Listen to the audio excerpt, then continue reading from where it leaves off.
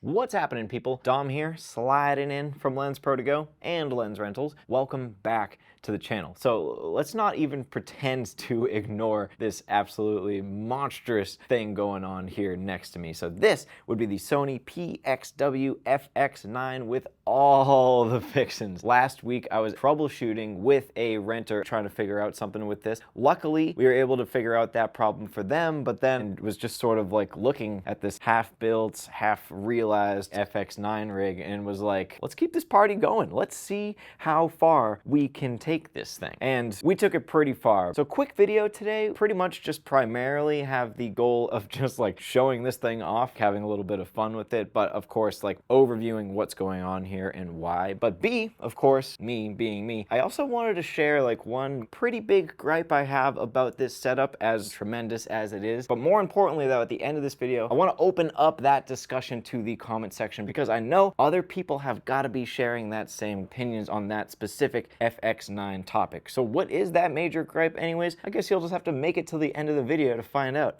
So before we get there though, let's actually just like kick this thing off with like an overview of everything that's going on here because there's a lot to look at here. First, starting with the Sony FX9. You still with me? That's coming with all the stuff included in the box too. The LCD screen with the flip out EVF attachment, pretty neat. Gonna allow me to pull one of these little fold out scenarios. The extended arm with the side grip down here. That's gonna give me a point of access for a zoom rocker right here on the grip amongst a bunch of other things. But that zoom rocker wouldn't be anything without an amazing lens like this. It's a T3.1 16-35 cine servo zoom, and don't let this like cine type housing fool you. Still full-time autofocus going on in this lens, and if you know anything about this camera or the FX6 or FX3, that autofocus is top of the line right now. Moving over to the back of this rig, which is where things are going to start to get crazy. First off, pretty much the main star of the show for today's video would be this FX9 extension unit. Now, aside from an absolutely massive increase in size, this FX9 extension unit is also going to give the FX9 a lot of sweet functionality. One being the use of cine batteries. Now I get to power this camera and a couple accessories if I want from a much more appropriate battery for this rig. But if I wasn't battery powering it, that extension unit is also going to give me a 4-pin XLR for DC power in. Along with that, just a bunch of great networking things like timecode and reference out, and also an RJ45 down here for Ethernet. 2 full-size USBs up top here for power out to accessories, and also 1 D-tap output on the opposite side there. But of course, I didn't forget about the one ultra important thing, saving the best for last. This extension unit is going to allow for 16-bit raw video capture from the FX9. So that's going to be from this DNC connection here labeled raw, obviously. So that 16-bit raw signal, that's raw video like firing on all cylinders. That's using the utmost power and imaging of this camera sensor to deliver that. But this is also like where my major gripe about this entire thing starts, which we will revisit in a second. But just continuing with this build, I of course could not let it be done there. That raw video still has to be recorded to something, so I had to attach a full-size 7-inch external recorder. It's the Shogun Inferno in this case. Got that mounted on the opposite side for the peanut gallery, and for the 4K cherry on top, literally on top right here, I have a Teradek Bolt 4K 750 transmitter up here. That is going to this 7-inch video assist just to get some wireless video out and to be totally superfluous about this whole thing. All of that on Zacuto rails and this awesome VCT tripod plate here. And with that, the ultimate FX9 rig. So yeah, I mean, maybe you could have built this up a little more, taken it that extra step further with some things. I don't know, let me know in the comments. But honestly, after just getting this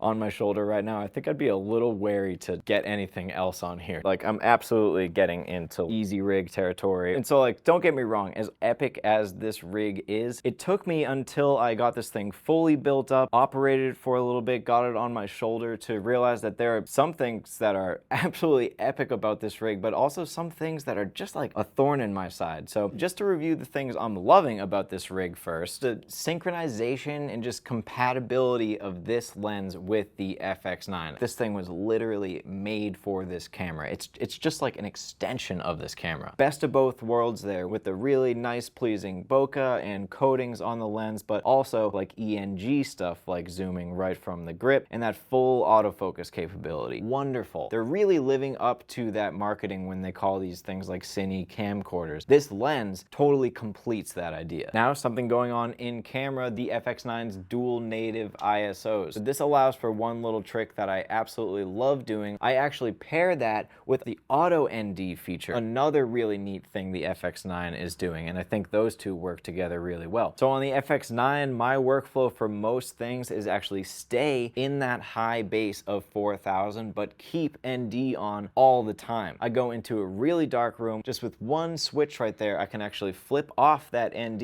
and now I have no ND, and I'm at my high base of 4000. Excellently streamlined piece of workflow. Again, love it. Now, the part you've all been waiting for, the one thing I found about this build that was kind of a massive bummer. I was absolutely shocked at how many steps you have to take to actually get that 16-bit RAW recorded from the FX9. It's actually kind of bonkers. Way too many hurdles for like the average video shooter to have to or wants to go through. So let me explain. First of all, this extension unit, the size is absolutely ridiculous for the functionality that it's like not giving to the FX9. Ton of that space is dedicated to this huge VGA module inside there for like broadcast work, which granted, like totally legit use there, but this is a lot of size you're adding to the FX9 if you just wanted some of those extra things. And so like, all right, cool. Say that wasn't a problem. I still have to get an external recorder on this rig if I want to record that 16-bit RAW video. I had to do a quadruple backflip to record RAW video